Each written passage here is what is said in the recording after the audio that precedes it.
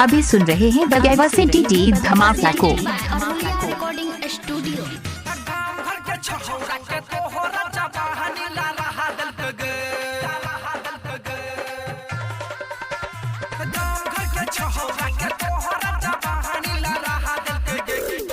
तोरा अखिया के काजरा ये जान झगड़ा करा हाथ के तोरा अखिया के काजरा ये जान झगड़ा करा हाथ के गांव घर के छौरा के तोहरा जवानी ला रहा दल के तोरा अखिया के काजरा ये जान झगड़ा करा हाथ के तोरा अखिया के काजरा ये जान झगड़ा करा हाथ के इलाका किसी का हो धमाका दिवाकर दीवाना भाई का ही होगा।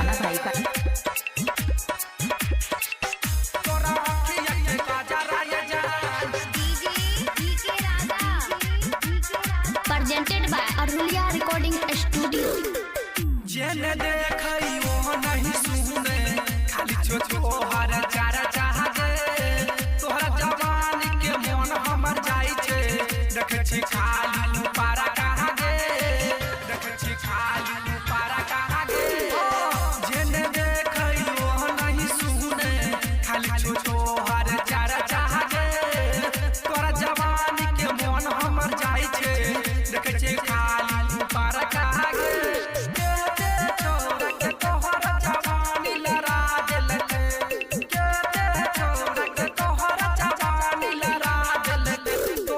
तोरा अखिया के काजरा ये जान झगड़ा करा दिल के तोरा अखिया के काजरा ये जान झगड़ा करा दिल के। अभी सुन रहे दिवाकर दीवाना भाई।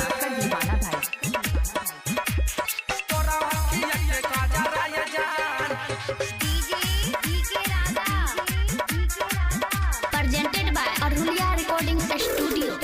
आशीष दिवाकर तोरा को बतिया ले गे माइन गे सुतगर यादव गाइब कह सुनबो और भैया रिकॉर्डिंग से आज गे और भैया रिकॉर्डिंग से आज गे आशीष दिवाकर तोरा को और भैया रिकॉर्डिंग से आज गे सुतगर यादव गाइब कह सुनबो और भैया रिकॉर्डिंग से आज गे दिही जब से बाजे छोही गहना गे छौरी दिलाही देल कदीही जब से बाजे छोहे गहना गे छौरी दिलाही देल तोरा अखिया के काजरा ये जान झगड़ा कराई देल तोरा अखिया के काजरा ये जान झगड़ा कराई। आप सुन रहे हैं दिवाकर दीवाना भाई को ग्राम बगेवा जिला मधुबनी।